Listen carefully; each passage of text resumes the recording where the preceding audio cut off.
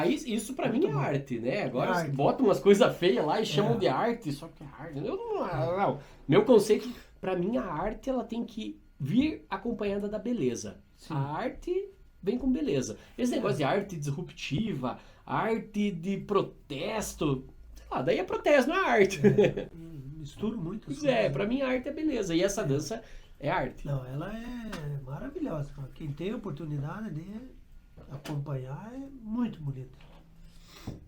E um pouco também, né, quando se aprofunda um pouco assim, vai, né, querendo aprender, tem a diferença da música gaúcha, né, também, É. o chamamé, o Sim, bugio, o sim. fandango. Maneira, maneirão. Assim. Arturo, Hum. tira só o cabo do microfone debaixo da TV. Não, o cabo do micro debaixo da TV. E Só. põe pro lado aqui. Não, não, o cabo do teu micro mesmo. Ah, o Teu meu. micro. Aham. Isso, aham. Ah, beleza, então. Ele dá interferência de som. Assim, não tem música gaúcha que também não presta? Tem. É, tem, É, tem. Mas. Como é que estamos aí, John? Oi? Cara, tá bom, é só essa interferência que eu vou. É isso mesmo que tava fazendo. Era? É. Só Ela um pega a cabinho TV, só. ela dá um. Aham. Tá. Rapaziada, aqui. Então, tá pronto pra começar. normalmente a gente faz entre 1 hora e 1 hora e meia, Tá. né? A hora que chega mais ou menos assim dentro disso, é gravado, vai quinta-feira que vai pro ar. Uhum. Então, assim, na eventualidade da gente falar alguma coisa, depois você não Não, quer, isso aí corta, não. depois a gente corta. Mas até hoje nunca aconteceu. Sim. Inclusive, semana passada eu chamei os vereadores de Fernandes Pinheiro de burro aqui e a gente mandou pro ar. Foi-se embora. Foi-se embora. Então, já não. Então, mas é tranquilo, né? Se tiver essa necessidade. E precisou parar, precisou atender telefone, fica bem à vontade aí, não tem problema. Assim, Aldo, só lembrando que é quinhentão, daí se precisar tirar alguma coisa, É? manda aqui um quentão no Pix aí, uns 500, nós faz também. A gente faz. Já? Parcela. A gente até torce pro convidado falar alguma coisa pra tirar, né? Que daí a gente faz um. É uma vaquinha. Yeah. Então, tá. Rapaziada, aqui tá ok. Vocês não estão descabelados?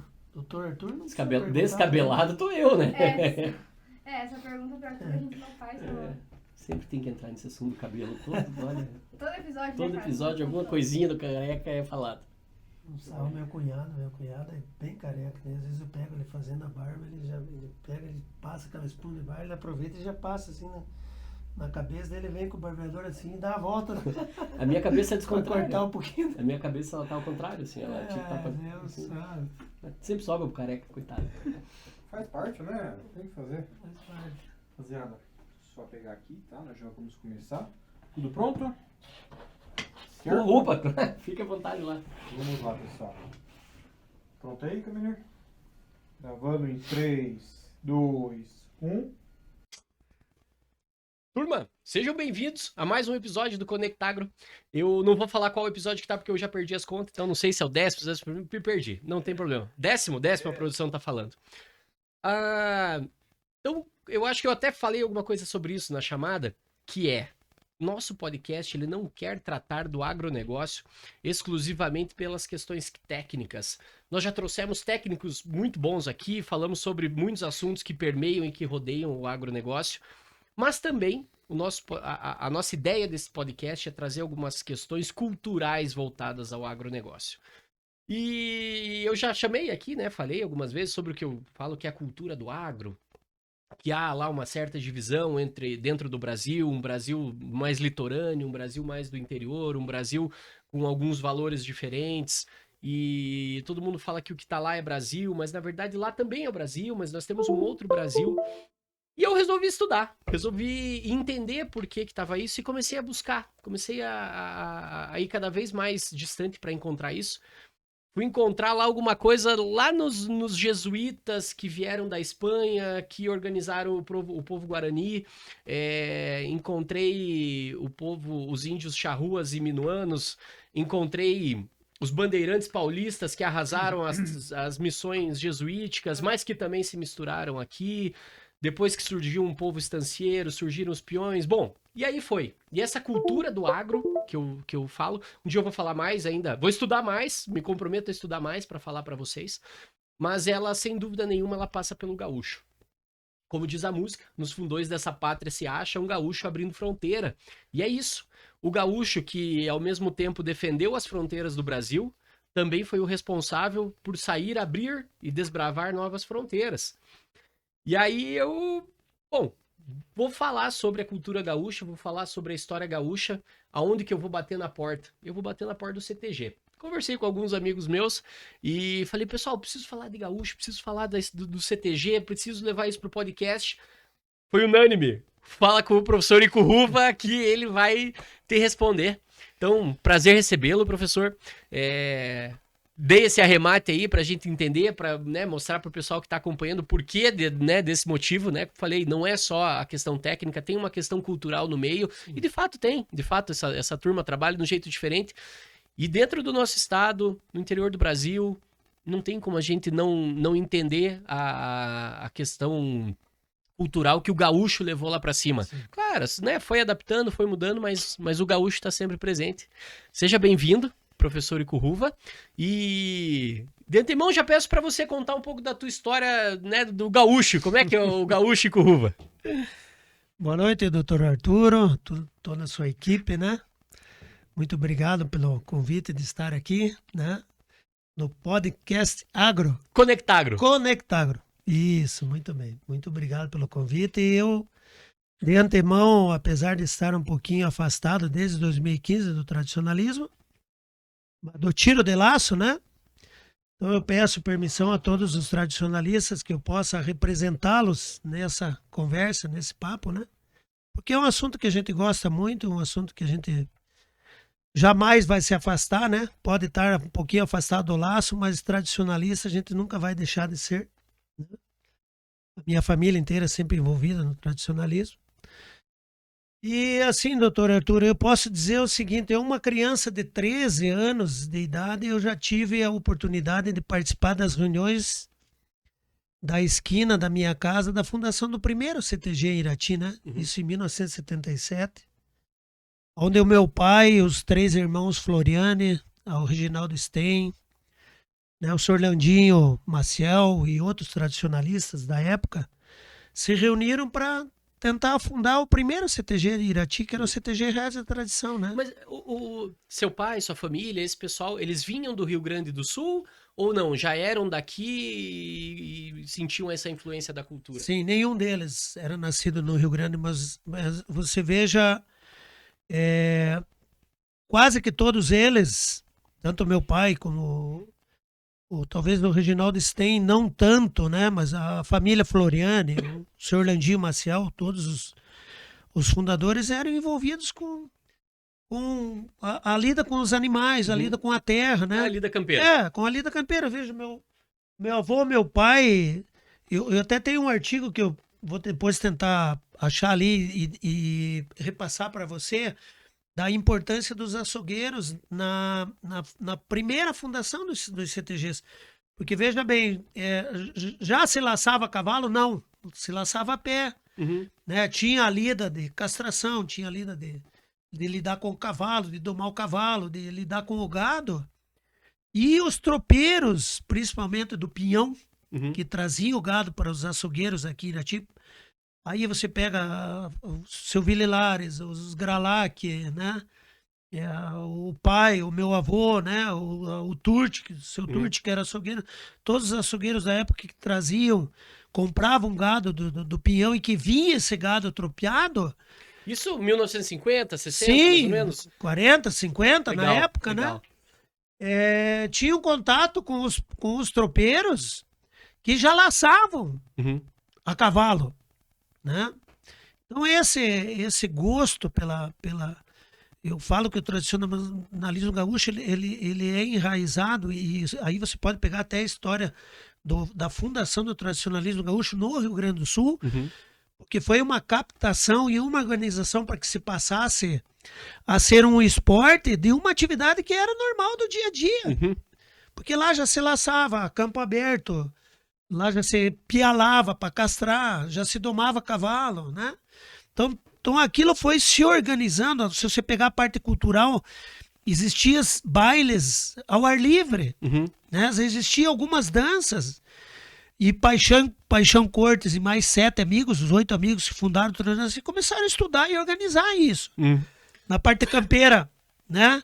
Para que se fosse um esporte praticado dentro de uma pista de laço. Com regras, Com né? regras. Na parte cultural, saíram a campo para captar mais danças, porque existia muitas danças no Rio Grande do Sul. Tem a parte das missões, tem a Isso, parte da serra, né? Isso, Tem os exatamente. pampas. E, inclusive a Argentina, Uhum. né? Nessa Uruguai, própria fronteira ali, danças que foram puxadas dos países vizinhos ali na organização da parte artística. Uhum. E aí já entrou a parte desportiva, porque se jogava truco, se jogava tava, né? E também a parte cultural, que foi esse estudo do tradicionalismo gaúcho. Então, se você pensar a fundação do tradicionalismo na nossa cidade e quase que todos os rincões do Brasil, você vê que tem um enraizamento muito grande antes Uhum. de surgir né, a parte Não vem, organizada. não vem o CTG e daí eles tornam-se gaúchos, né? Existe a cultura gaúcha enraizada e o CTG organiza isso, né? Então eu vejo que Irati, como em muitos outros lugares, o povo adorou o rodeio, tanto que lotou, que você veja, nós fomos na inauguração do CTG Fogo de Chão em Guarapuava, que, sabe, que bate no peito, que foi assim um dos primeiros municípios a serem tradicionalistas, que se organizavam e iam em competições no Rio Grande do Sul. E, pô, você chegava na inauguração do Fogo de Chão em Guarapuava com uma pista, com uma arquibancada coberta, e o pessoal assim, vem aqui. Viu o que acontece? Que aqui em Guarapuava, você vê, nós estamos inaugurando uma pista com uma coberta, viu? Tem 20 gato pingado na arquibancada. Nós vamos lá em Rodeio de Irati, tem 50 mil pessoas. Uhum. Então o povo de Irati gostou tanto do tradicionalismo, e eu falo nesse artigo que pelo histórico do nosso povo, ele parece que caiu como uma luva. Uhum. Porque o nosso povo tem um histórico de lida com a terra, de lida com a criação, sabe? Então, quando se organizou alguma coisa, todo mundo, nossa, eu quero ir lá, eu quero participar, sabe? Eu quero laçar, eu quero dançar. Se não der, eu quero ir lá assistir, vou pegar meu chimarrão, vou lá. Então, historicamente, e por isso, eu acredito que nós estamos recebendo um brasileiro agora daqui a um tempo, né? Porque Irati também, nessa parte de competição, quando a gente se organizou e começou a participar em regionais, em estaduais, viu? A sexta região, vamos já ir a pegar na região já, a sexta região tradicionalista, que foi fundada como o primeiro rodeio, o primeiro CTG que surgiu em São João do Triunfo. Aí já surgiu São Mateus, já surgiu Irati, e a região foi crescendo e foi surgindo CTGs em todos os municípios. Quando a gente ia para encontros estaduais, a nossa região não era respeitada. Nós não conseguimos ganhar quase que nada. Nem na parte campeira, nem na parte artística, mas isso foi mudando. Foi mudando, para você ter ideia, hoje na parte campeira, a sexta região é a maior campeã estadual. Se eu não me engano, hoje a sexta região tradicionalista, que é os nossos 10 municípios do Centro-Sul, tem 10 campeonatos estaduais. E a segundo lugar, que se eu não me engano é Curitiba, que a primeira região tem 5. Então nós passamos a ser muito respeitados, sabe? Por quê? Porque o tradicionalismo caiu como uma luva na região, né? Já vem um interesse da população local, já tem uma tradição que não é organizada, e chega o CTG então e organiza todo esse histórico que a população tem. E eu não sei, assim, né, se eu posso falar isso ou não, mas é uma visão que eu tenho de que, assim, o povo gaúcho tem-se a visão de que é obrigatoriamente quem nasce no Rio Grande do Sul. Quem nasce no Rio Grande do Sul ganha-se o nome de gaúcho. Sim. Mas o gaúcho é uma tradição que não é comportado exclusivamente por quem nasce no Rio Grande do Sul. Eu acho que traz uma série de outros fatores que faz com que uma pessoa se identifique como gaúcho, né? Podíamos buscar lá no passado, do gaúcho, né? E tudo mais. Mas eu acho que não é só essa questão de nascer no Rio Grande do Sul. Quem nasce no Rio Grande do Sul, pra mim, é rio-grandense. O gaúcho é uma tradição muito maior do que isso, né? Viu, doutor? Eu digo assim, se você ir hoje e passar um mês passeando ali por Porto Alegre, quantos gaúchos vestidos, trajados de gaúchos você vai encontrar? Muito pouco. Muito pouco. Sabe? Então o gaúcho, como você falou, nascido no Rio Grande, mas o tradicionalista, ele sabe, é uma denominação muito maior, né? Uhum. E o gaúcho, né? Hoje o gaúcho, eu falei do tradicionalismo, mas o gaúcho mesmo, ele não é só o gaúcho. Ele também é uruguai e também é argentino, né? Uhum. Então os pampas ali, né? Então você falou até a questão de serra, né? E tudo. Então eu acredito que seja uma denominação assim hoje muito maior, sabe? Muito grande. Você encontra tradicionalistas que realmente são tradicionalistas, que levam a sério na raiz da palavra, que às vezes não são nem nascidos no Rio Grande, né? Uhum. Ó, por exemplo, eu vou citar aí esses tradicionalistas que fundaram o primeiro CTG Irati, né? Família Floriane, o meu pai, sabe, o senhor Orlandinho, todos foram gaúchos que levaram a tradição, sabe, realmente na raiz gaúcha. Tanto que, veja, o meu pai, não vou lembrar o ano aqui, mas acho que foi no começo da década de 90. Então, o MTG do Rio Grande do Sul, ele costuma todo ano, no lançamento da Chama Crioula. O que é a Chama Crioula? Então, a Chama Crioula assim, eu vou dizer que quase que é uma bandeira do Rio Grande do Sul. Uhum. Sabe, a Chama Crioula, ela é lançada, se eu não me engano, 30 dias antes no município do Rio Grande do Sul, e daquele município saem tropeando, levando essa como chama se fosse crioula. uma pira olímpica, assim. Exatamente, eles saem 30 dias tropeando daquela cidade para levar até Porto Alegre para a comemoração do 20 de setembro, que é o Dia do Gaúcho, Uhum. sabe? Então, mas já começa um mês antes, já com o lançamento da Chama Crioula. E nesse lançamento da Chama Crioula, o MTG do Rio Grande do Sul costuma homenagear um tradicionalista fora do Rio Grande. Uhum. Por exemplo, lá no Mato Grosso, tem um tradicionalista lá que ele sabe que fez um trabalho muito bonito, divulgou muito o tradicionalismo. Uhum. Né? Então o MTG, não, vamos homenagear lá o senhor do Mato Grosso do Sul, trazem ele, levam lá. E o meu pai em Venâncio Aires, foi em 92, não vou assim, confirmar bem certo o ano. Então ele foi homenageado no lançamento da Chama Crioula como um tradicionalista no Paraná, que divulgava o tradicionalismo gaúcho na nossa região. Então veja, isso é uma coisa importante, né?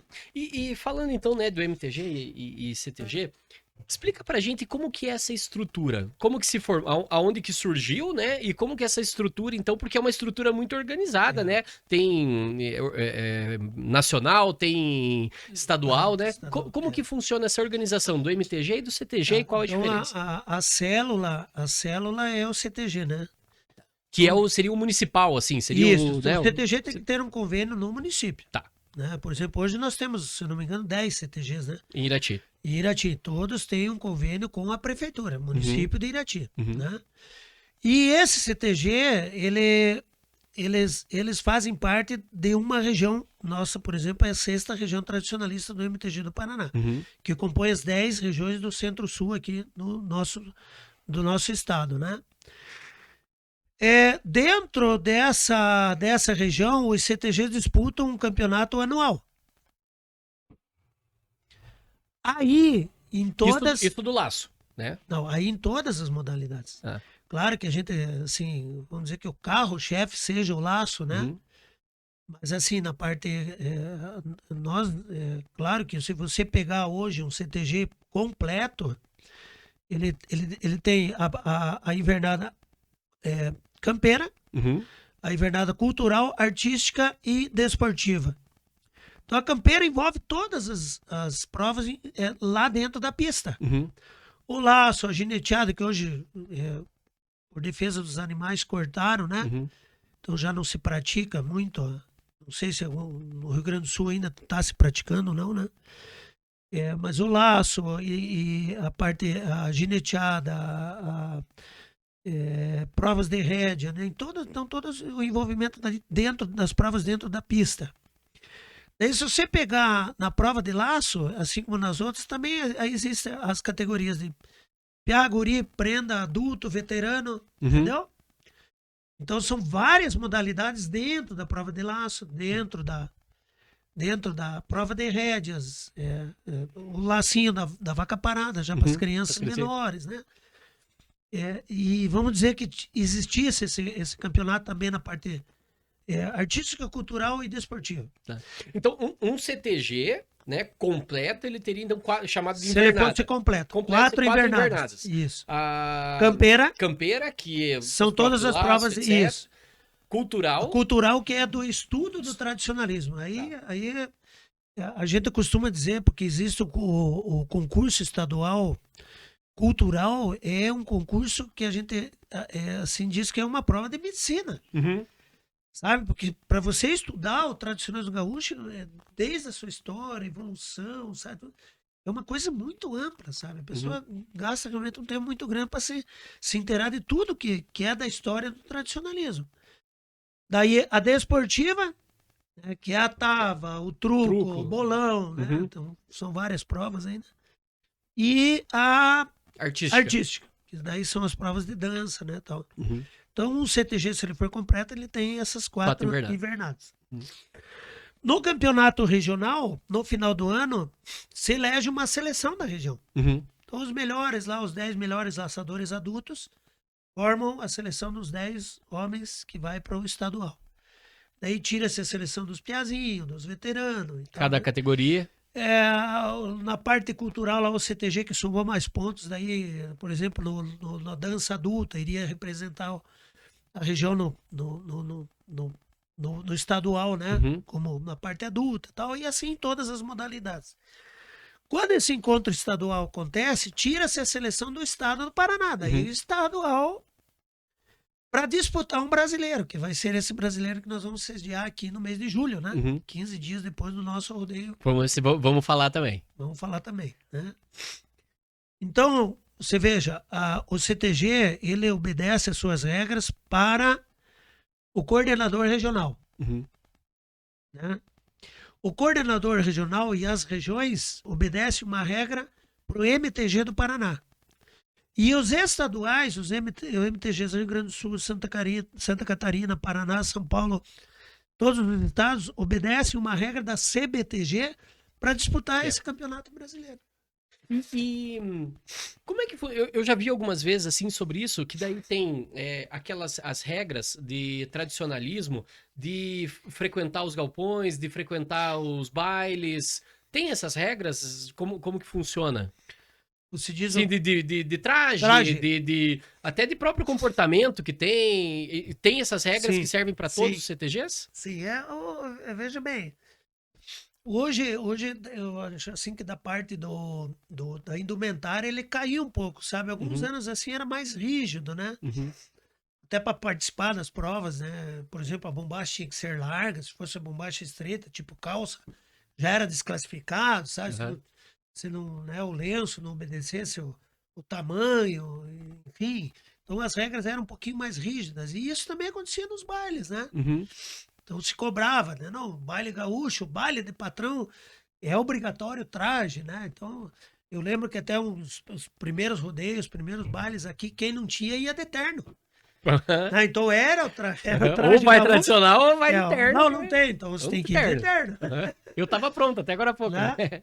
Então era muito interessante, mas isso é uma coisa muito bonita, né? Sim, É uma coisa de tradição, sabe? Você manter aquele traje, né? Poxa, né?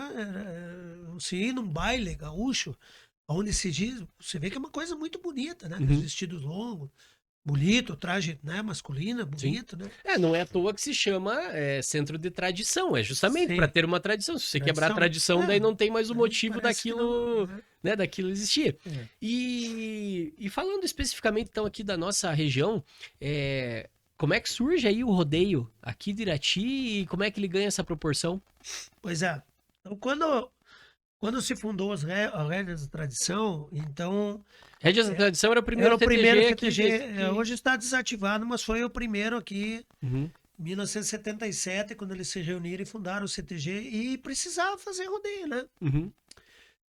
O fundador do MTG do Paraná, o falecido seu Carlos Meira Martins, natural de Ponta Grossa, né? Então ele veio, incentivou, poxa, não temos piso de laço. Aí, vamos conversar com o Elias Mansur, falecido seu Elias Mansur, e o seu Podegurski, também falecido, né? Os dois, um é presidente, outro vice, do Irati, né? Vamos conversar com eles, vamos fazer um rodeio lá no estádio Coronel Emílio Gomes. Pô, conversaram, né? Pô, vai estragar o gramado, né? Mas não tem nenhuma competição. Nem Vamos fazer. usa isso aí, né? Vamos fazer. Fizeram o primeiro e o segundo rodeio. Aí a Olha foto lá aí, no ó, fundo a né? imagem. Primeiro e o segundo rodeio de Irati foi feito dentro do estádio Coronel Emílio Gomes. E olha que interessante o público lá atrás, né? Cheio, né? Então, aquilo que eu falo, se veja como o Irati, desde os primeiros rodeios, gostou do movimento, né? Uhum. Gostou, sentiu. Parece que o povo se sentiu representado pelo rodeio, Uhum. né? Isso que é interessante. Então, veja, ó, totalmente lotado. Pena que a foto não pegou a arquibancada aqui, que estava o estádio totalmente lotado, né? Uhum. Só que veja bem, hoje a pista de laço, ela é até a faixa para que se lace, geralmente a maioria das são 100 metros, Uhum. mais uns 30 ou 40 de abanque, né? Até chegar onde o boi entra para tirar o laço. Que é o tamanho da nossa aqui agora, Isso, né? Do isso, CTG. exatamente. A nossa até foi maior, diminuiu, porque teve uma década aí que era bonito se fazer pistas enormes. Hoje já não. Hoje judiava do gado. Hoje é pista 100 metros, não judia Suficiente, tanto do gado, suficiente, 30 de abanque. E uns 35 de largura, mas veja, um estádio é 110 por 70. Sim, sim. Então o que aconteceu? Eles construíram uma mangueira no canto de cá que tinha o portão. E aqui aparece um pouquinho que no escanteio do outro lado do portão onde eles soltavam o gado, eles tentavam recolher o gado numa mangueirinha ali. Na época tinha o gancheiro. O que era o gancheiro? Era um cara que ficava dentro do cavalo com um pedaço de ferro e um ganchinho na ponta, que quando o boi entrava lá com o laço, ele enroscava de cima do cavalo e tirava o laço Uhum. pro laçador, né? Então se chamava gancheiro. Só que o campo, como era muito largo, o boi começava a ir nos outros escanteios, né? Dificultava, porque hoje com a pista retangular você... Quase quadradona. hoje ali, não, retangular né? o boi sai, ele não tem muito para quebrar a direita e esquerda, ele vai Correto? reto, né? E daí eles estavam, puta, mas nós não vamos terminar esse rodeio. Daí o narrador pegou lá, viu? Seguinte, tá liberado, vocês podem laçar onde der. Se eu vou voltar, onde tiver, Se podem vira. laçar, né? Outra coisa bem interessante aqui, doutor Arthur, porque, veja bem, a evolução do cavalo no tradicionalismo gaúcho, ela foi uma coisa muito grande.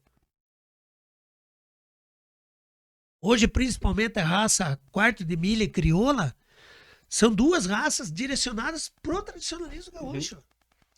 Só que veja bem, em 1977, o cavalo que eles usavam, inclusive meu pai fez isso também, é o cavalo que eles usavam nas carroças. Era o que tinha, né? Sabe? Então, opa, vai ter rodeio, nós vamos laçar e agora cavalo. Não, vem aqui. É Sabe, dali, o cavalo que puxava arado, que puxava carroça, vem aqui, você já mesmo, ia né? pro... E eu recebi, inclusive, quando eu recebi a indicação do seu nome para estar aqui hoje, professor, mandar um abraço aqui para as minhas amigas, para Ana, para Letícia, e a Letícia falou assim para mim: pede pro Ico explicar pra gente as regras do laço, porque às vezes a gente fica olhando lá e não entende. entende. Qual que é a regra, então? Pois então, o laço, vamos pegar aqui o laço adulto. O laço adulto, além ali do arreio, né? O arreio que o cavalo tem que ter ali, que tem uma certa regra, né? Tá. Tem alguns indumentários ali que não pode ser usado. Então você Tem- estilhou Tem ali. uma roupa específica que Isso, tem que estar usando. É Tem- o bacheiro, por exemplo, tem um arreio que é aquele que tem um cabo na frente, que já é do rodeio americano, que não pode ser usado no rodeio gaúcho, sabe? Então ali já o arreio, o sistema do freio, enfim, a indumentária, você estilhou o cavalo. Aí você pôs a tua pilcha. Tem a regra ainda da bombacha larga? Tem... Agora tá mais solto. Flexível, A é? gente vê alguns rodeios até com calça jeans, aí o pessoal tá laçando. Então meio que, sabe... Uhum. O laço ele tem que ter 8 metros na circunferência e mais 4 rodilhas de 25 centímetros na mão. Uhum. Essa é uma regra que tem que, se tiver 3, perde o laço. Se tiver menos do que 8 metros no adulto, porque quando ele vai laçar, ele passa por uma medida. Uhum. É conferência, né? Passa uma conferência. Solta o seu boi, ele levanta o laço e vai perseguindo o boi. Antes da linha dos 100 metros, ele tem que Soltar da mão. soltar da mão. Então, se o boi passou a cabeça nos 100 metros e eu laço, já perdeu o armado. Ah, então Então, antes do boi o passar os 100 laço- metros... Quando a cabeça do boi está chegando aos 100 metros, o laço já tem que estar pegando ali na cabeça dele, né? Uhum. E se se o laço pegar nas duas aspas e enroscar numa mão, perde o laço. Porque às vezes o laço pega lá e vai no cedeio, no rabo do boi, e o cara não consegue tirar antes do boi entrar lá no final, perde o laço. Perde também. Então ele tem que pegar nas duas, né? Nos dois chifres, e antes de chegar lá, tem que serrar armado.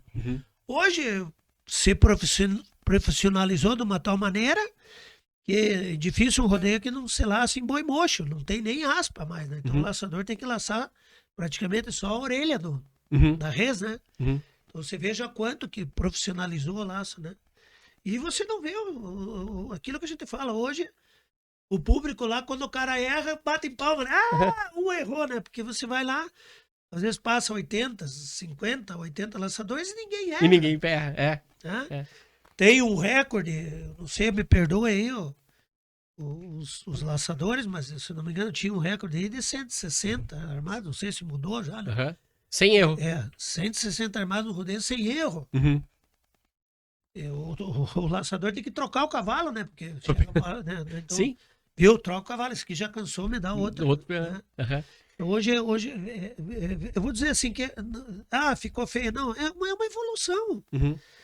Né? Hoje, fazendeiros têm peões, e o peão tem que treinar diariamente, porque ele vai pro rodeio, vai representando a fazenda.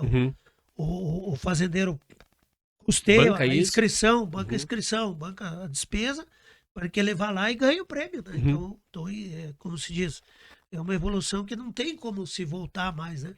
E quais são os freios, assim, que o CTG tem, ou que o movimento tem, para tentar diminuir essas questões menos tradicionalistas, ou para manter mais tradicional? O que você acha? Depende mais do... Ou não tem o que fazer, uma geração nova, quanto mais novo, mais diferente vai ficando? Ou tem algum freio aí nessas situações? Olha, eu acho que é o freio que Deus ajude que não mude, né? E eu acredito que não vai mudar, porque é muito forte, muitos anos, né? Acho que desde a criação do tradicionalismo gaúcho, ele continua assim. Nas seleções, essa exigência é muito forte, né? Então tem que ser o arreio certo, tem que ser a pilcha certa, né? Então, às vezes, alguns rodeios frouxam um pouquinho, sabe?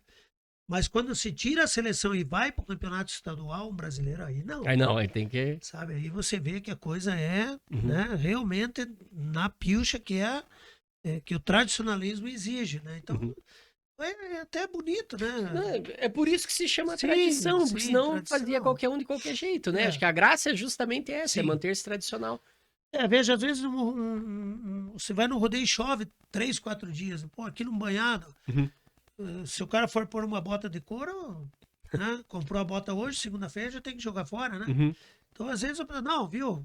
Tá complicado, então vamos liberar uma bota de borracha. Então, Claro, aí o bom específico, senso, né? Bom senso, Tá, claro. ó, tá liberada a bota de borracha. Então, aí todo mundo vai lá, tira, põe ela de borracha, né? Então...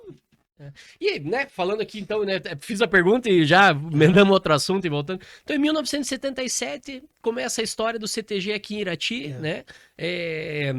E aí começa o primeiro rodeio, feito no estádio Coronel Emílio Gomes. E, bom, e começa para não parar mais. Então, desde então... acho que só por conta da pandemia, né? Que agora recentemente, mas bom, tivemos um momento de força maior. E aí não parou mais. Não parou mais. Veja bem, depois desses 2 rodeios que foi realizado no Coronel Emílio Gomes, foi conseguido um terreno para construir uma pista de laço lá do lado do cartódromo, que era o Lixão, né? Mas é município de Fernandes Pinheiro. Então, a primeira pista realmente de laço construída no município de Irati foi a pista na Vila São João, que hoje é da família Camila, ali, né? Na época, o Vitório Latic, né? CTG, puxa, ver se algum amigo puder me lembrar aí. Então, ali foi a primeira pista de laço oficial dentro do município de Irati. Então, foi feito alguns rodeios naquela lá no município de Fernandes Pinheiro, né? Do lado do cartódromo. Antes dessa daqui de Irati, mas a primeira pista de laço foi aquela ali na Vila São João, que até hoje... que até hoje está né, bem estruturadinha, né? A família Camila ali, né, fez inclusive as mangueiras, tudo de alvenaria, né? Então, iluminou, restaurante, né? Então ficou uma parque muito bonito também. Mas aí, né, como o professor falou, são 10, né, 10 CTGs que tem aqui. A manutenção das pistas, daí é de um só, é rateado, os CTGs se dão bem, se conversam? Veja bem, os CTGs, os 10 CTGs de Irati, eles têm a liberdade de fazer o rodeio. É um acerto aí com a prefeitura, mas eles podem fazer o rodeio lá no CTG, no CT Vililares. Então, na organização dos 10 CTGs de Irati, a pista de laço deles é a pista do município, porque aquela pista é do município, mas está à disposição dos CTGs, né? Então existe lá a pista na Vila São João, o CTG missioneiro lá do Riozinho tem a sua pista, né? O CTG da família Nilma tem a pista deles lá no Pirapó, algum outro CTG pode ter, né? O compadre Joaquim tem a dele ali, né? Indo lá para o lado da PAI, rural, né? Então, os CTGs podem ter a sua pista particular, mas se você vai fazer um rodeio regional, claro que você vai pegar um parque, né? Claro. Porque você tem uma pista coberta, você tem uma estrutura. Então, na verdade, os 10 CTGs podem usufruir daquele espaço que é deles, é o espaço do município. Claro que é um acerto, porque, por exemplo, o Pousada de Tropeiro fez o rodeio agora, uns 3 meses atrás, né? Então foi o CTG que fez o rodeio lá no Parque Municipal. Não, então há um contato. No rodeio de Irati, veja, no rodeio do município, é os CTGs que fazem, mas aí há uma comunhão entre os 10, junto com a prefeitura, para tocar o rodeio do município de Irati. Que daí o rodeio do 15 de julho não é o rodeio de um CTG, é o rodeio de todos. E agora, né, Irati, esse ano, ela vai sediar, então, o Nacional, né, o Rodeio Nacional. Sim. Já sediou outras vezes ou é a primeira vez? Não, é a primeira vez. Nós fizemos um estadual, se não me engano, acho que um estadual, e agora nós vamos fazer um brasileiro, né? O brasileiro, nós tivemos a oportunidade de participar, um em Brasília, na Grande do Torto, um em Jataí, em Goiás, Santiago do Boqueirão, fronteira lá com o Uruguai e Argentina, Triunfo também no Rio Grande, ali 70 quilômetros de Porto Alegre. Eu não fui, mas meu pai foi para Lagoa Vermelha, e Araranguá, Santa Catarina. Então esses foram os brasileiros que eu tive a oportunidade de participar. Laçando? Laçando e trabalhando como juiz de laço e de gineteada também. Então, mas a nossa região, em todos esses anos, porque o brasileiro depois passou a ser feito de 2 em 2 anos, mas a nossa região em todos esses campeonatos brasileiros, inclusive os depois que eu não participei mais e que teve, a nossa região sempre teve algum integrante dentro da seleção do Paraná disputando o Campeonato Brasileiro. Então é um evento muito grande, sabe? Um evento enorme, sabe? Uma coisa assim que, olha, o povo de Irati, da região, motivo que de orgulho, tiver a né? oportunidade de, sabe, de estar ali naqueles dias e participando, assistindo, não tem dentro da arte da dança, dentro da arte da parte campeira do tradicionalismo, não tem coisa mais linda no mundo. E vem, aproveitando, né, então, tanto no rodeio daqui de Irati, quanto no rodeio nacional que vem pra cá, tem a invernada não só Tem campeira, todas. mas tem todas? Todas. E como que é a competição cultural? No rodeio nosso, certeza que tem a campeira, tem a artística, a cultural e desportiva, se eu não me engano, não tem. Tá. Pode-se até, de repente, fazer um concurso cultural ali, nada impede. Mas, que eu me lembro, assim, é as duas invernadas. No brasileiro tem. Mas tem a campeira, a artística, a cultural e a desportiva. A cultural é feita como prova, assim? É prova descrita, prova oral? Prova descrita.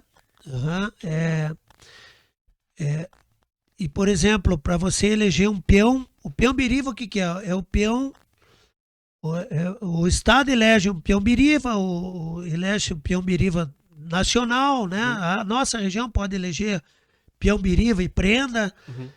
Dentro da parte cultural, faça um concurso para eleger aquele que tem mais conhecimento do tradicionalismo gaúcho. Uhum. Inclusive, no peão-biriva, por exemplo, tem uma prova que ele tem que saber fazer as 7 tranças do couro. Uhum. Pô, imagina você saber fazer as 7 tranças. É. Você vai laçar, então ele tem que laçar. O que é a expressão peão-biriva? Por exemplo, puxa 5, 6, 7 animais, cavalos. Aham. Que cor que é? Que pelo que é esse? Aham. Sabe? Daí, às vezes você vê uma aberração, porque eu já tive a oportunidade de participar de juiz Uhum. dessa prova, né? E às vezes um cavalo tordinho, o cara, esse cavalo é preto, esse cavalo é vermelho. Não, o cara nem diz, né? Não, é a cor só. Tostado, né? Então você vê que o cara tem um conhecimento de um lado e não Não tem tem do do outro. outro, tem que ser completo mesmo. O Todo- que é a expressão biriva? Então, biriva é o peão no Rio Grande que tinha esse conhecimento de praticamente todas as invernadas, entendeu? Uhum. Então era o peão que laçava, o peão que sabia cozinhar, era o peão que trançava, Uhum. que trançava o laço, que sabia fazer o laço, que sabia fazer uma bota de garrão de potro, Aham. sabe? Então o peão biriva puxou-se essa denominação para os concursos, porque era o peão que Sabia tinha de conhecimento tudo. de quase todas Aham. as invernadas, né? Bom, e falando da nomenclatura, né? Então, dentro dos CTGs, como que funciona? Bom, antes de eu começar esse nosso novo papo, chega pra cá, Smack Sabores, sejam bem-vindos novamente, sempre a nossa parceira, a Smack Sabores que fica ela é oriunda de Teixeira Soares, mas também aqui em Irati, fica na Rua da Liberdade, número 740, no Conecta Hub, ao lado da Union Studio, onde nós gravamos nosso podcast, sempre nos servindo prontamente, lindamente e fortemente. Hoje a gente pediu um cafezinho coado. Achei que vinha só um cafezinho, assim, um cafezinho, né, passadinho, mas não, vem, sempre tem a floreada, sempre tem um negocinho aqui, e eu agradeço sempre a presteza. Viu? Mas você vai me complicar?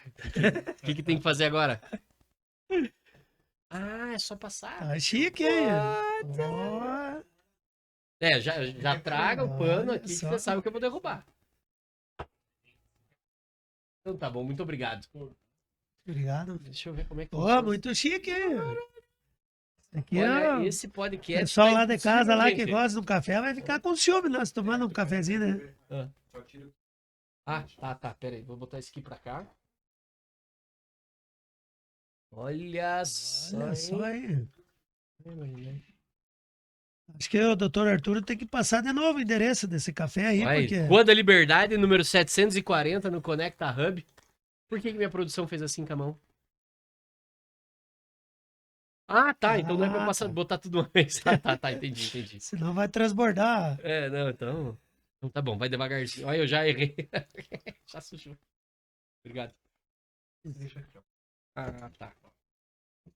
Opa. Ensinando o Arthur a ser chique, ó. Viu? Só? Pode dar uma enxugada. Com certeza. Minha produção é rápida. olha Parece que só. produção, por favor. Então, o que eu ia te perguntar, professor, falando das nomenclaturas aí, Aham. patrão do CTG. O que é a figura do patrão? Não só tecnicamente o que significa, mas o que tem que ter o patrão, que, né? Veja, o patrão, não vou dizer o dono, né? Porque o CTG não tem um Tem dono, né? É. Mas o patrão, assim, é a figura do comandante, né? Uhum. O líder. É o líder. Veja bem, quem convoca para se. Já começa quando você vai fazer um grupo para montar uma chapa para disputar a patronagem, né? Uhum. Ou vai se fundar um CTG, você faz um grupo de amigos e quem vai ser o patrão? Tá aqui, tem um líder aqui. Mais ou menos a figura do presidente. Do da presidente, associação, né? exatamente, né? E dentro do CTG ele tem uma função muito importante, né? Porque, veja bem, o patrão tem que apesar de ele eleger um tesoureiro dentro do CTG, mas ele tem que estar sempre controlando a parte financeira. Ele tem que ter um controle das pessoas que participam do seu CTG, até na escolha, na evolução, na participação dessa pessoa dentro da entidade. Por exemplo, às vezes a pessoa pode aprontar alguma coisa, não ser uma pessoa muito boa, o CTG vai sofrer uma punição por um integrante que está, de repente, né, provoca uma briga, entendeu? Então, até dessa parte de disciplina, da parte de controle, de participação nos eventos, sabe? Então, realmente aquele líder, aquele gerente, né, que administra uma empresa, alguma coisa que se ele quer que vá para frente, ele tem que estar presente em todas as áreas, né? E o CTG, então, ele seguindo uma regra assim, bom, juntei, né, tem lá um grupo de amigos e querem fazer parte ou querem fundar um CTG. Tem que buscar primeiro MTG para cumprir requisitos e etc? Ou... Você faz primeiro um pedido na prefeitura, né? Uhum. Então faz um ofício e tal, né? Ó, tem um grupo aqui que é fundar o CTG, a prefeitura, vendo que é viável, dá a liberação e daí se encaminha uma documentação por coordenador regional. Essa documentação ela tem várias exigências, né? Então encaminha-se a documentação para o coordenador. O coordenador analisou, não está faltando nada, manda para o MTG do estado. O MTG analisa e dá uma liberação de 1 ano de funcionamento sem a credencial ainda. Então, 1 ano aquele CTG participou de todos os eventos, né? Se organizou. Se organizou, tal, tá tudo organizadinho. Ele recebe a credencial, é fundado o CTG e daí, a partir daquele ponto, ele é uma entidade atuante na regional. E além da figura do patrão, tem mais alguma outra figura, algum outro nome aí que é indispensável para a formação do CTG? Tem o vice-patrão, tem os coordenadores, né? Por exemplo, se o CTG tem uma invernada artística, tem o coordenador artístico. Né? Se tem a invernada campeira, ele pode eleger um coordenador da campeira, né? Das outras invernadas. Então, dentro do CTG, existem muitas funções, né? Se você pegar uma ata, inclusive depois eu posso mostrar ali para o doutor Arturo, no mínimo 15 funções entre presidente, o patrão, o vice-patrão, os coordenadores, né? Conselho fiscal, né? Então tem vários cargos ali que no mínimo deve dar uns 15 para frente. Pode ter até mais, né? Você pode até aumentar. Não, então é bem... E bem organizado. Bem organizadinho. Quanto tempo que é cada gestão? De 2 em 2 anos. 2 anos. Cada 2 em 2 anos o patrão pode eleger mais um mandato, né? Depois tem que trocar. Vai pro bater chapa daí. Vai. Professor, e assim, né, de toda essa tua vivência aí, contando uma história lá desde 1977, como que você vê a atualidade do movimento tradicionalista gaúcho? Como que você vê, assim, você acha que tá diminuindo, tá aumentando? Você acha que... Qual que é a tua visão disso? Olha, eu tenho uma análise muito boa, assim, sabe, em relação ao tradicionalismo gaúcho, porque ele, dentro da nossa vivência, eu vejo até hoje, ele nunca diminuiu, sempre aumentou. Porque, veja bem, você... participa de uma prova campeira. Você tem um cavalo lá e você vai, laça, e você tem 3 filhos.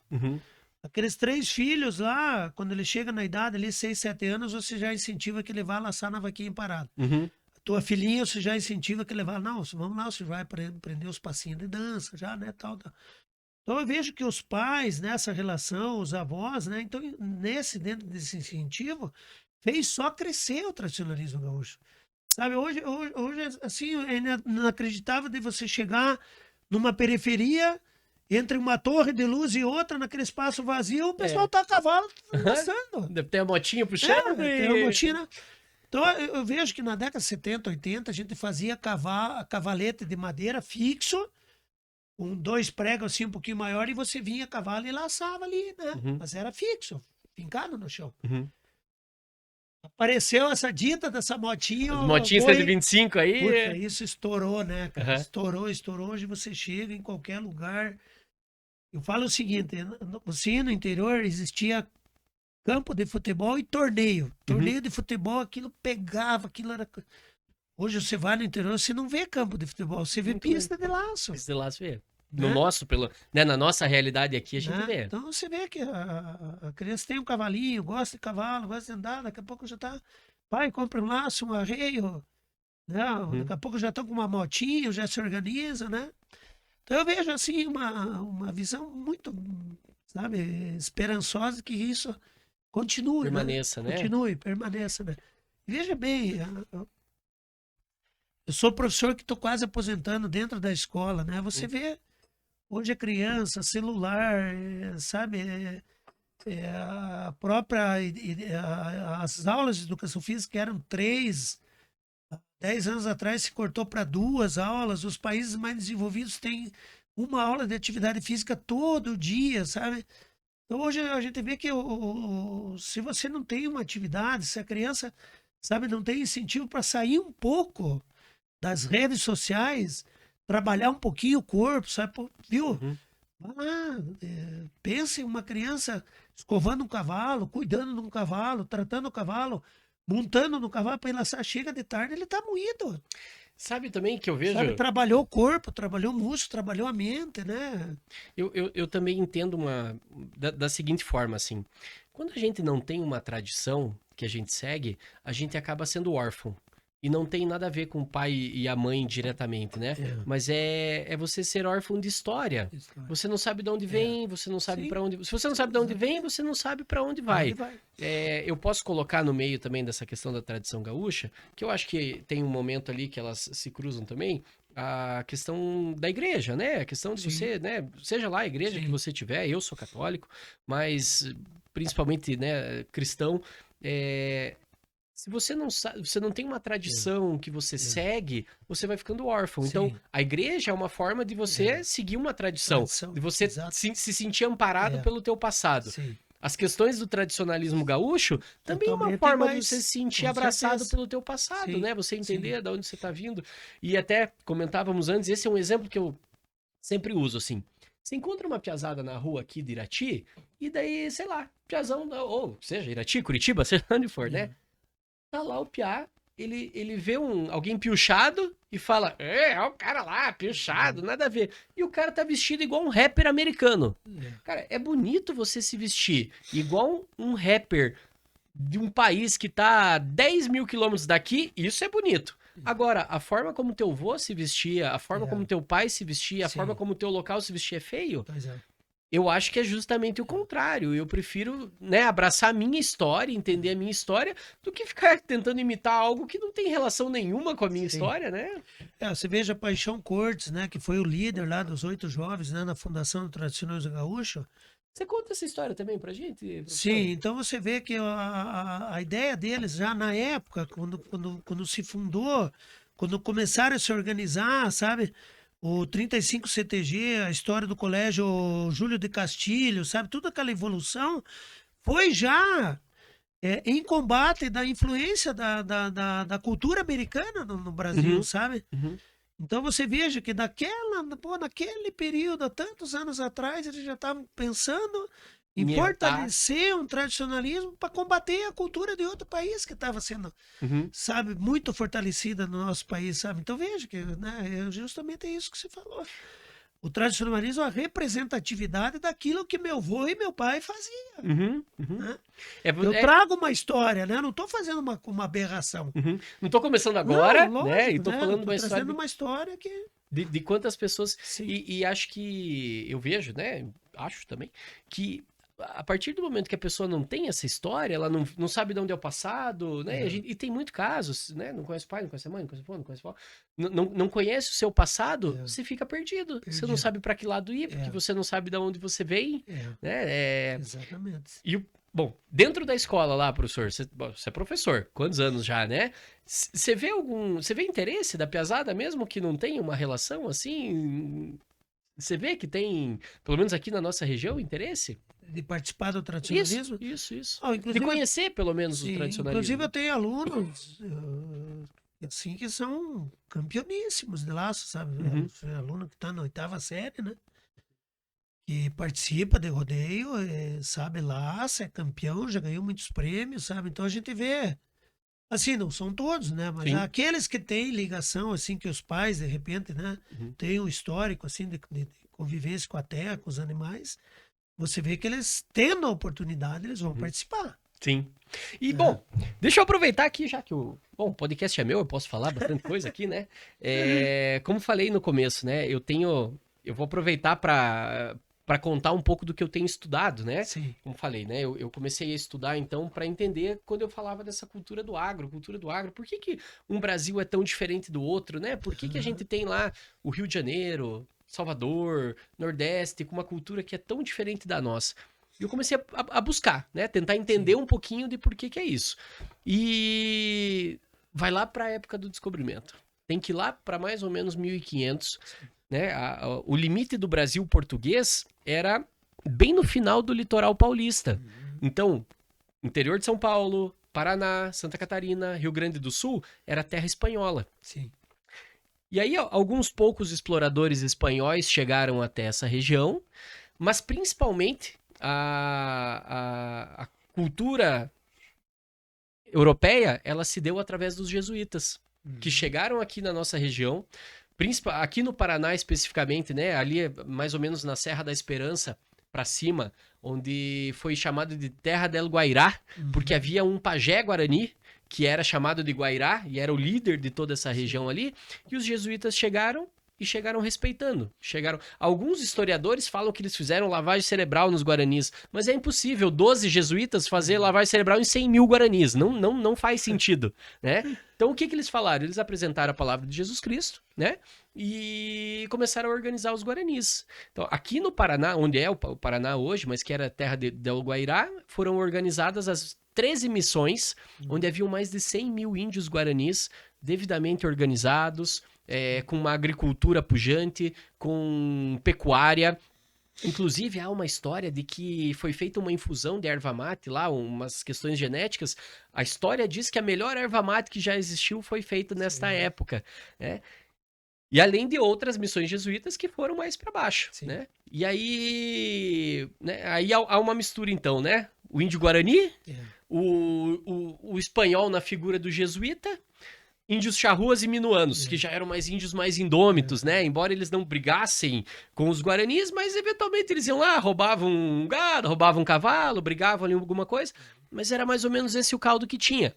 Até que o bandeirante, que era chamado só de paulista na época, né? 1500, final dos anos 1500 aí, quando ele vem, né, sai de São Paulo, né, terra de São Vicente ainda, e entra no Paraná, ele encontra as missões jesuítas e ele olha só, nossa, já tem um monte de índio aqui organizado, prontinho para eu escravizar. E aí vem uma matança dos bandeirantes sobre os povos guaranis ali. Inclusive há uma fuga dos guaranis, que eles descem o rio Iguaçu e vão parar lá na Argentina. Vou te falar, mas eu vou te dizer o que aconteceu lá no Rio Grande do Sul, mas já tinha acontecido comigo aqui no Paraná. Então eu participava com a escolinha muito em campeonato brasileiro, que levava 4 categorias para disputar um brasileirinho de futebol. E eu estava indo com 2 ônibus, você veja, para Teutônia. E o organizador, que era o cara de Curitiba, falou, Ico, você já conseguiu o CTG, vocês ficaram bem, você não quer tentar lá em Teutônia, ver se você consegue alguma coisa? E eu entrei no Google e apareceu uns CTGs lá, e eu peguei, vou ligar para esse aqui. A filha do patrão atendeu. E eu contei, sabe? Aconteceu assim, eu tô indo para Teutônia com 90 crianças, disputar um campeonato. E São José dos Pinhais já consegui com o patrão o CTG, tal. O pai vem de tarde, o pai é o patrão, eu converso com ele. No dia seguinte, o patrão me ligou. Professor, pode vir, vai usar o nosso CTG, nós temos cozinha, com tudo, com panela, não precisa trazer nada. Só traga os cozinheiros, a comida e a criançada. Viu? Nós alojamos no CTG em Teutônia uma noite. O patrão trouxe uma invernada adulta e uma invernada mirim para se apresentar para os meus alunos dentro. Nós fizemos uma janta, uma costela para eles. Viu? A amizade, você, né? Sabe, você nunca vê, me deram uma cuia, até hoje eu tenho a cuia de presente, sabe? Você vê a coisa que, sabe? E a quem tá acompanhando a gente aqui, vejam que mágica. De repente, nosso convidado já tá aqui sem blusa, o café acabou. Olha só, foi num piscar de olhos, vocês nem viram. Professor, você comentou alguma coisa aí pra gente? Já tem CTG fora do Brasil, até nos Estados Unidos? É nos Estados Unidos. Se não me engano, são acho que 3 CTGs aí. Que legal, né? Joia, né? Saber que essa É. cultura tá fora. E, professor, tá lá, tem um rapaz, tem uma pessoa, ela se identifica com a cultura gaúcha, mas nunca teve uma oportunidade de participar de um CTG. Como que faz? Então, dentro desses 10 CTGs que Irati tem, né? Eu Uhum. acho que ele tem que tentar ver ali se tem algum amigo que já participa de algum e tentar se aproximar, se apresentar, né? Ó, gostaria de participar, se for possível, né? Aham. E ali o patrão, o pessoal vai, né, fazer uma entrevista, ó, Aham. ver se a Só pessoa... vezes não, né? Às vezes a pessoa não se adapta, né? Não, Sim. não tem aquele... Uhum. E, de repente, se for uma pessoa boa, que realmente vai somar Uhum. para outro CTG, eu acredito que ele pode se inscrever e possa participar, e, né, sem problema nenhum. O tradicionalismo, você veja vamos chegar assim no tiro de laço, né? Então, às vezes, um CTG tá indo e estraga um caminhão. Então, o pessoal dá um jeito de ir, todo mundo se propõe a emprestar cavalo, e o pessoal vai e empresta, e laça, e participa, né? Uhum. Então, existe uma irmandade muito grande, né? Um ajuda o outro, sabe? Então, se a pessoa realmente tem vontade, eu acredito que ele pode participar, basta se identificar com qual CTG, se tem algum amigo, se apresentar. E... Começa lá ajudando a lavar a louça, Isso, né? escovar os Escova o cavalos. cavalo, Agora você já pode laçar. E daí, Guarda a rédea, Agora enrola o você- laço, né? Calma, né? agora você já passou por esse teste, vamos fazer mais um. Não quer bater na porta lá e sair montado Já já, né? querer ser o patrão, Não, né? não é bem assim que funciona, né? Né, pra gente dar um arremate, faz uma propaganda aí do rodeio, dos 2 rodeios que a gente vai ter aqui na nossa cidade, da importância que isso tem pro movimento tradicionalista. Sim, isso é muito importante, né, doutor Arthur? Então, nós vamos ter aí no aniversário da nossa cidade, se não me engano, o 32º 32º? né? Então, veja, o município de Irati já faz no seu aniversário 32 rodeios, né? Então, isso é uma coisa maravilhosa. Então, um convite que o povo continue assim, participando, indo lá, tomando chimarrão, assistindo às provas, porque isso é um chamarisco muito grande para quem vem de fora. Uhum, Viu? Você não quer ir no Maracanã jogar e não E ter não ter ninguém ninguém. assistindo. uhum, Não é? Então, quem vem de fora, você acha que não... Que sabe, pô, rodeio de Irati, eu quero ir. aham. Pra você ter ideia, tem um tradicionalista que já foi patrão já foi coordenador, inclusive, da primeira região do MTG do Paraná, que é Curitiba, região de Uhum. Curitiba, que me ligou ontem, Ico, pelo amor de Deus, me arrume uma casa para me alugar, que eu tô indo com meu filho pro Brasileiro, não tem mais hotel e não estamos conseguindo lugar para ficar. Então, se veja, né? Aham. Isso é uma prova de que Irati É forte. recebe bem, Uhum. né? Organiza muito bem os rodeios, o poder público sempre. Ajuda. Uhum. Veja hoje o prefeito Jorge Debre tem uma família que é criada no De tradicionalismo CTG. gaúcho, Uhum. né? Tem seu genro, tem suas netas, né? O filho é criador de cavalo. Então é uma família que é criada. Então não vai investir no tradicional, vai investir. O pessoal, só faz no rodeio. Não. É claro que, veja bem, às vezes vem verba que é direcionado para lá e que você não pode pôr na saúde. Claro que. Né, viu? aqui, como eu falei, né? O podcast é meu, eu falo o que eu quiser, né? Sim. O prefeito Jorge Derble, ele foi muito criticado há um tempo atrás por alguma Aham. minoria aí que reclamou por conta das instalações lá do CTG, investimento e tudo mais.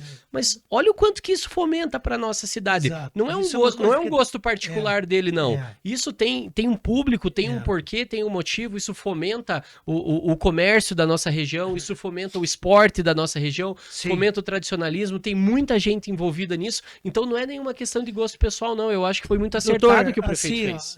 Assim, eu vou dizer o seguinte: não precisa melhorar a saúde? Precisa. Não precisa melhorar a educação? Precisa. Tem muitas áreas que o nosso município tem que crescer. Uhum. Mas não é porque você faz um rodeio para receber hoje um Brasil inteiro que você não vai fazer bem Claro. organizado. Claro, claro. Vai fazer? Faça bem feito, para que Claro. o pessoal saia de Irati com vontade de voltar. Sim. né? E dentro de tudo isso, como eu falei, é importante que o povo de Irati esteja ali, porque eu falei, quem vai participar, vê um público ali lotado as arquibancadas, o cara quer voltar, o ano que vem, pô, eu quero ir lá, porque lá tem assistência. Aham. Sabe, lá o pessoal realmente gosta do tradicionalismo e eu me sinto bem. Uhum. Né? Professor, Aproveitar. claro, produção, diga lá, produção. Quanto que mais ou menos tem alguma estimativa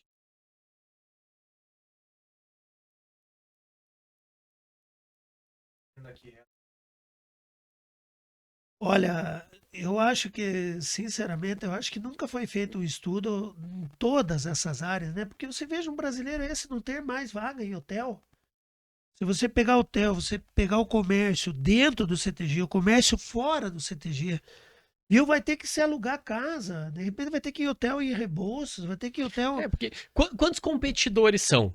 Né, não sei lá, 30, 40, 50? Só de competidores. Ó, você veja a importância do rodeio de Irati. Irati fez, na década de 80, o maior rodeio do estado do Paraná, com 220 equipes. 220 equipes, então quantas Viu? pessoas tem diretamente? Você pega 220 adultos laçando, viu? Põe atrás ali a família inteira que esses caras trouxeram. Uhum. Né? Equipe, família, Viu? peãozada.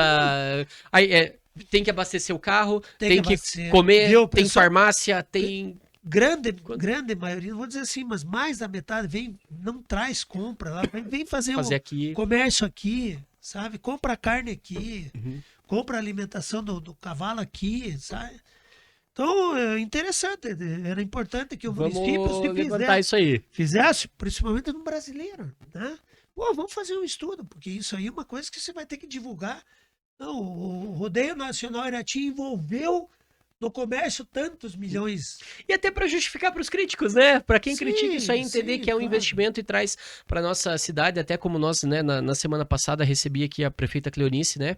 Falamos um pouco sobre o aeroporto. Ah, mas o aeroporto é uma verba que não vai ser tirada da saúde, não vai ser tirada da Não. educação, não é de nada, é uma Não. verba que nem existe na verdade, ia ter que Sim. pleitear e é exclusivo para isso, não tá tirando É. de outras pontas. Claro, saúde é importante, educação é Sim, importante, mas a gente também precisa fomentar precisa. mais coisas que tem em volta. Precisa, é importante, porque tem famílias envolvidas no tradicionalismo, tem crianças envolvidas no tradicionalismo e de repente tem famílias do comércio que dependem do tradicionalismo, Sim. né? Então isso você não pode simplesmente jogar no lixo, ah, você é puxa-saco do preço. Não, não sou não.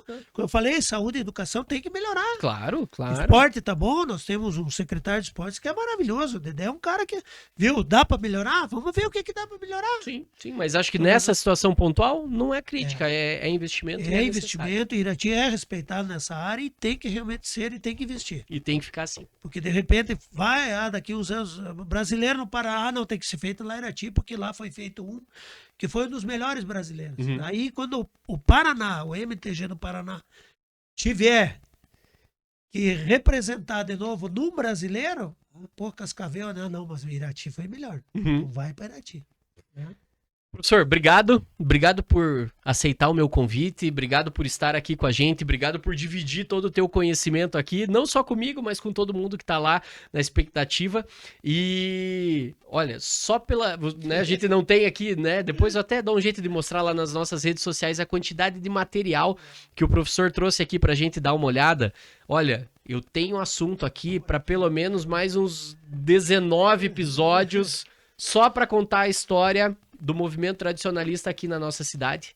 E temos muito aqui a aprender com o professor. Professor, muito obrigado. Produção, esse aí você me deixa ele separado que o professor vai emprestar para mim. O professor vai emprestar para mim isso daí, eu vou dar uma olhada depois.